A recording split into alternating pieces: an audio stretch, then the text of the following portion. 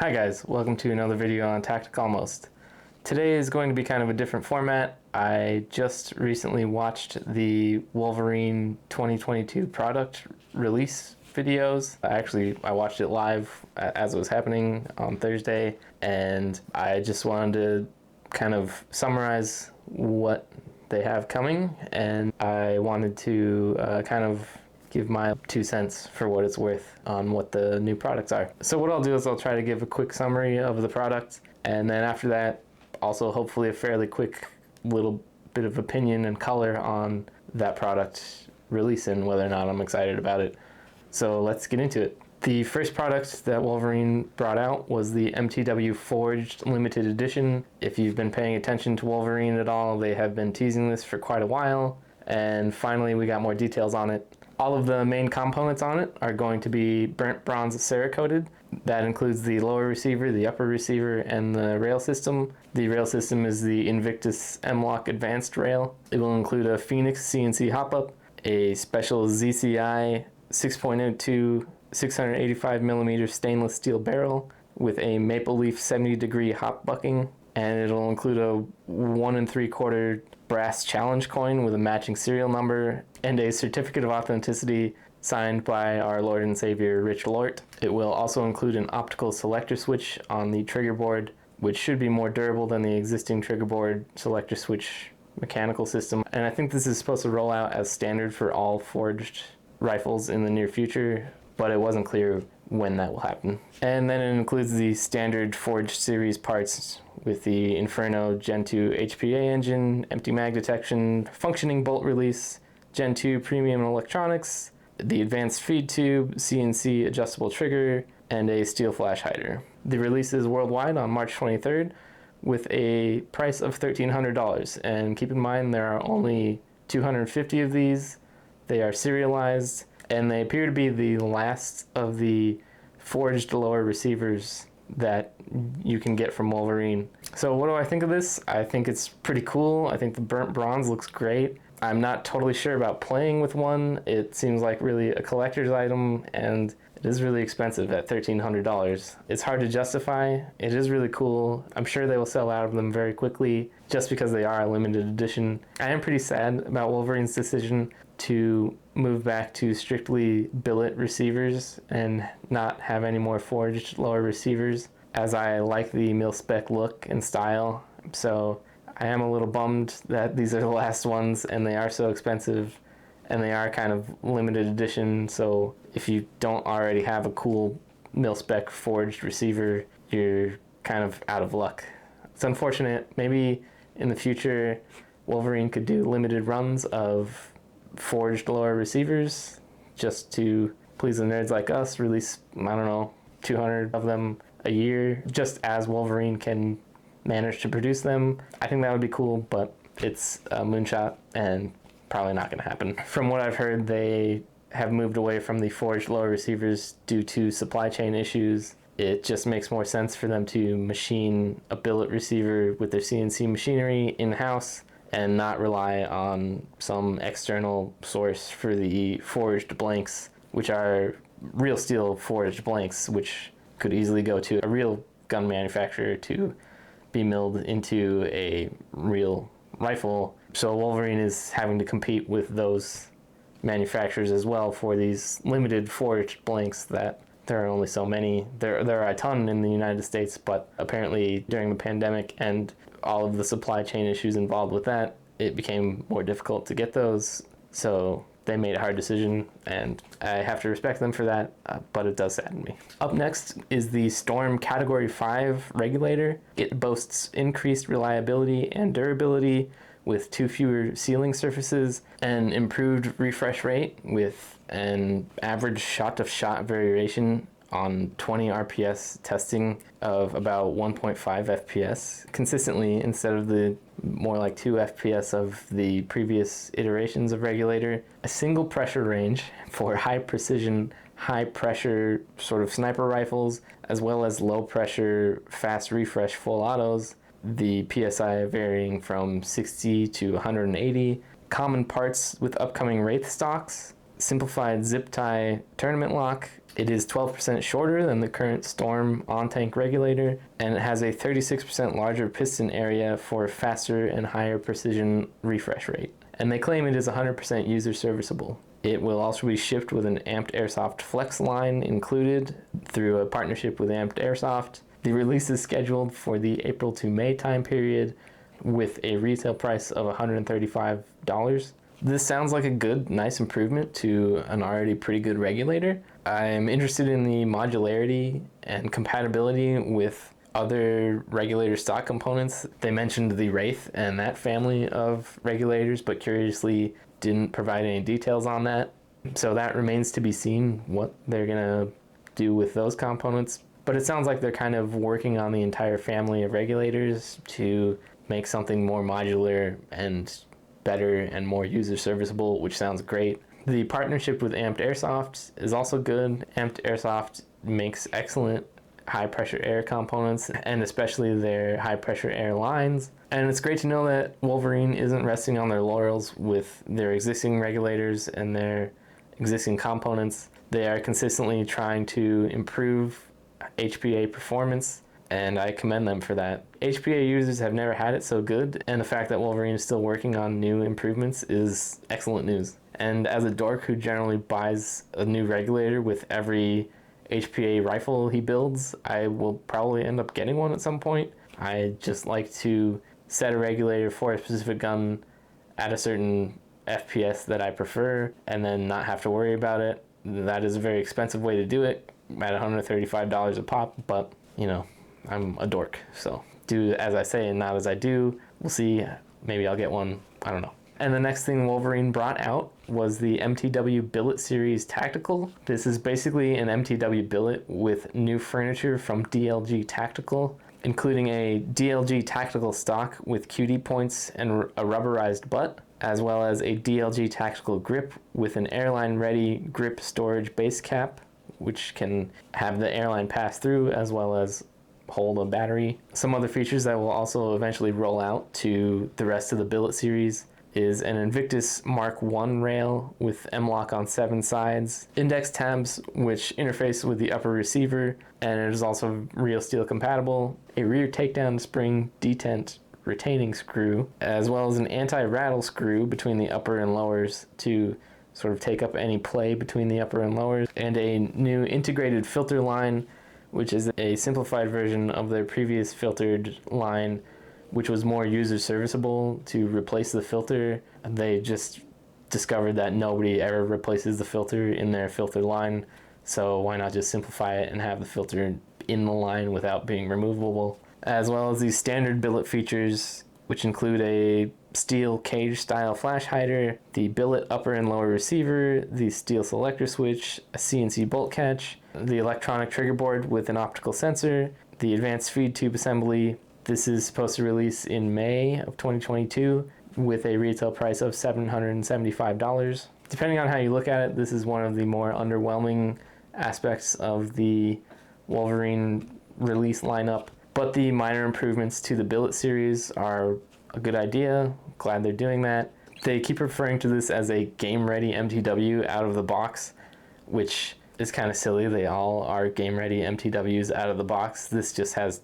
kind of different, nicer furniture than normal. The new handguard rail looks very nice. Nice M-LOK system that would look handsome on any AR-15. All in all, I think it's a good product for somebody who doesn't want to customize their MTW. They really just want a cool looking rifle out of the box, and can't fault them for that.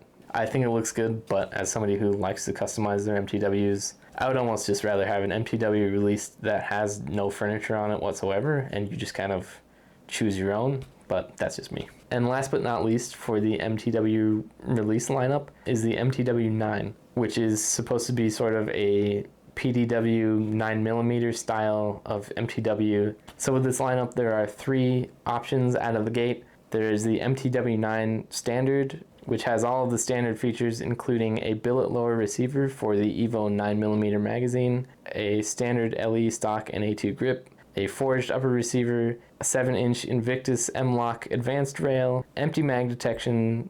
The release of the MTW-9 Standard Edition is to be determined, but somewhere around April to May, with a price of $740. Then there's the tactical MTW-9, which features a Warthog style flash hider, which is this very stubby sort of tiny suppressor looking thing that fits into the handguard, a DLG tactical grip, and a DLG tactical stock, the same featured on the tactical line of the MTW. It is available now through dealers with a retail price of $799. Then there is the MTW-9 PDW, which features the Warthog flash hider, DLG tactical pistol grip, and a PDW stock, which is the Wraith stock without the regulator and CO2, and instead a little battery component section to store a battery. The MTW-9 PDW is also available now through dealers with a retail price of $880.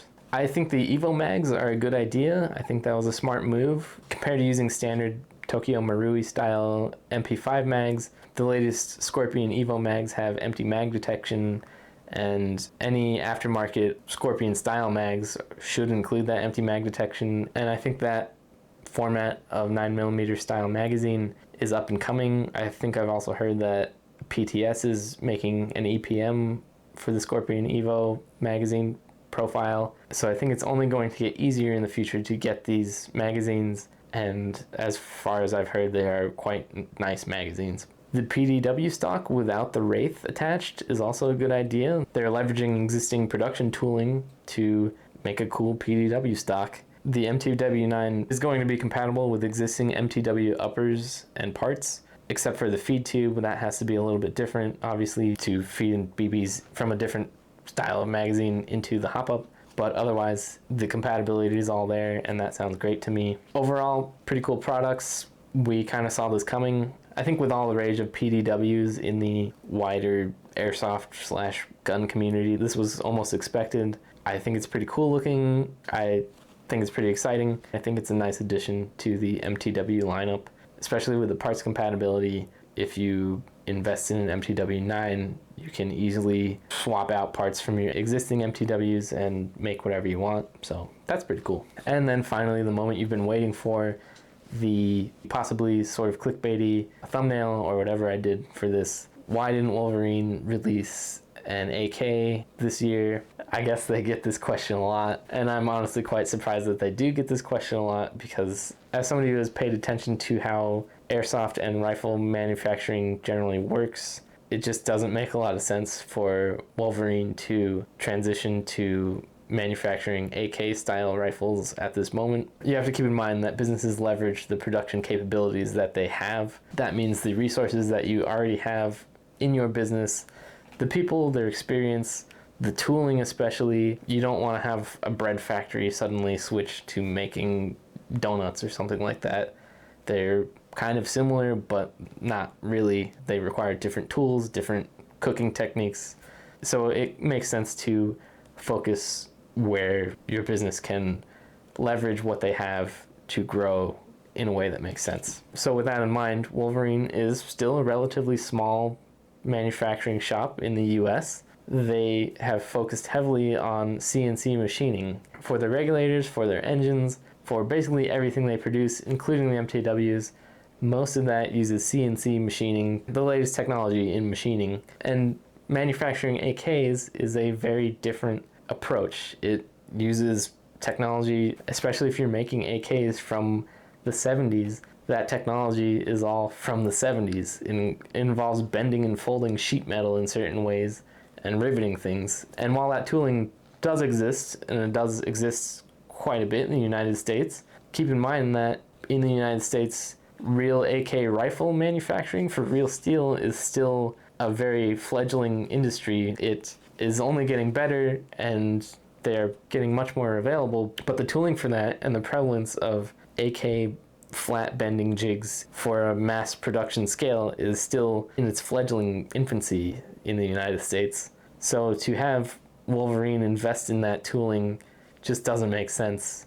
They could possibly CNC machine AKs, but honestly, most AK lovers don't want some sort of CNC machined AK. There are the milled receiver AKs, which are pretty cool, but they're also kind of expensive and heavier and generally not what we expect from AKs today. So it would make the most sense for them to import or outsource or OEM AK parts from a company like Cyma or LCT, and then make CNC internals for those in-house. But then you have more questions, since Wolverine is making MTWs, which are modular training weapons. Would it make sense to have an AK with empty mag detection, in which case they would go with the more expensive, fancier, and harder to get latest Tokyo Marui style next-gen system of magazines, which would piss off every existing Airsoft AK owner? And if they didn't do that and they just went with the standard,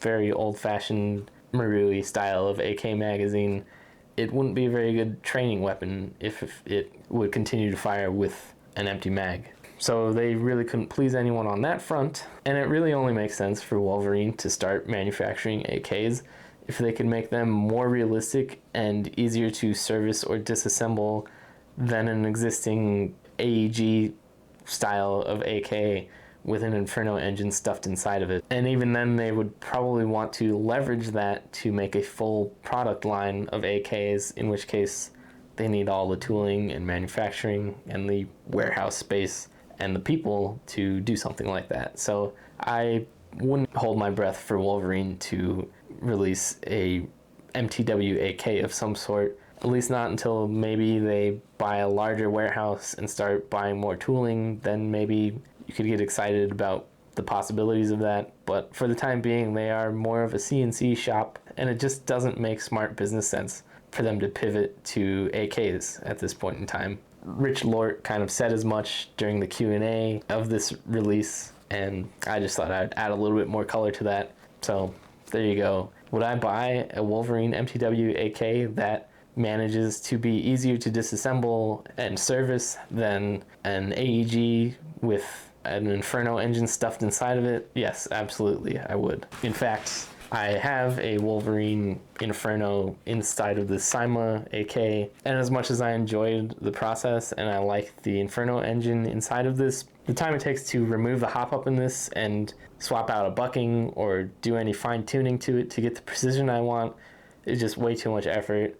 So if Wolverine ever does make an MTW AK, I surely hope they do it better than the existing AEG platform. That being said, I'm with you guys. An AK would be cool, but, you know, don't hold your breath for it. Do something like this if you want. I enjoy this. You know, with that in mind, keep your expectations real. So guys, that about wraps up the Wolverine product release for 2022. I hope I did a good job of summarizing things. The product release was kind of a long affair, so if I could shorten that down, summarize it, give you the good details, I hope I succeeded in that. If you like this kind of content, let me know. I generally prefer to talk about products that I've handled and tested thoroughly. And by the way, I have plenty of new videos coming soon.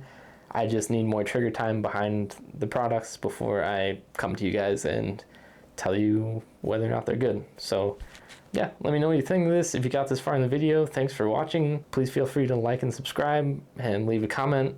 It really just encourages me, lets me know that people enjoy what I'm doing here. So thanks for watching, and I'll see you guys next time. Bye.